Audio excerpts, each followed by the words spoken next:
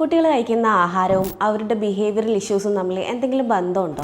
തീർച്ചയായിട്ടും ഉണ്ട്. ഇപ്പോൾ ഒരാൾ കഴിക്കുന്ന ഭക്ഷണം എസ്പെഷ്യലി ഓട്ടിസം, ADD, ADHD എന്ന് പറഞ്ഞ കണ്ടീഷനിൽ ഭയങ്കരമായിട്ട് ഇൻഫ്ലുവൻസ് ചെയ്യുന്നുണ്ട്. അതിൻ്റെ ഒരു സൈഡ് എന്താണെന്ന് വെച്ചാൽ ഈ കുട്ടികൾ കോമൺ ആയിട്ട് ന്യൂട്രീഷ്യൽ ഡെഫിഷ്യൻസികൾ കാണുന്നുണ്ട്. അതായത് സിങ്ക്, സെലിനിയം, വിറ്റമിൻ എ, അങ്ങനെ കുറേ ഡെഫിഷ്യൻസീസ് കാണുന്നുണ്ട്.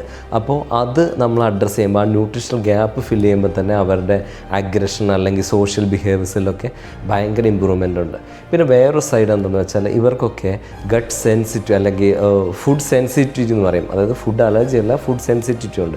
ഇപ്പോൾ ഉദാഹരണത്തിന് പറയുകയാണെങ്കിൽ ഗോതമ്പ് അല്ലെങ്കിൽ പാല്, ഇതെന്താ സംഭവിക്കുന്നത് വെച്ചാൽ ഇവർ ഗോതമ്പ് കഴിക്കുമ്പോൾ ഗോതമ്പുള്ള ഗ്ലാഡിൻ അല്ലെങ്കിൽ ഗ്ലൂട്ടൺ, ഈ പ്രോട്ടീനുകൾ ഗ്ലൂട്ടിയോമോർഫിൻ അല്ലെങ്കിൽ ഗ്ലാഡിൻ മോർഫിൻ എന്ന് പറഞ്ഞിട്ട് ഒപ്പിയോയിഡ് ലൈക്ക് സബ്സ്റ്റൻസ് എന്ന് പറയും. അതായത് മയക്കുമരുന്ന് പോലത്തെ സബ്സ്റ്റൻസ് ഉണ്ടാകുന്നുണ്ട്. അതുപോലെ തന്നെ പാലിലുള്ള കസിനോമോർഫിൻ ആവുന്നുണ്ട്. ഈ സാധനം ഇവരുടെ ബ്രെയിനിൽ പോയിട്ട് ഏകദേശം, അതായത് മയക്കുമരുന്നിൻ്റെ അതേ എഫക്റ്റ് ബ്രെയിനിൽ കൊടുക്കുന്നുണ്ട്. അപ്പോൾ അവർക്ക് പ്രശ്നമുള്ള ഫുഡ് കട്ട് ചെയ്യുന്നതും അതുപോലെ തന്നെ അവർക്ക് ആവശ്യമുള്ള ന്യൂട്രീഷണൽ ഗ്യാപ്പ് ഫില്ല് ചെയ്യുമ്പോൾ തന്നെ നല്ല റിസൾട്ട് വരുന്നുണ്ട്. പിന്നെ എൻ്റെ ഒരു ക്ലിനിക്കൽ പ്രാക്ടീസിൽ ഞാൻ കണ്ടിട്ടുള്ളൊരു കാര്യമാണ്, അതായത് ഈ കുട്ടികൾ അവർക്ക് ഈ ജങ്ക് ഫുഡ് ഭയങ്കരമായിട്ട് അവർ കഴിക്കുന്നുണ്ട്. എസ്പെഷ്യലി റിഫൈൻഡ് കാർബും ഭയങ്കര പ്രോസസ്ഡ് ഫുഡും.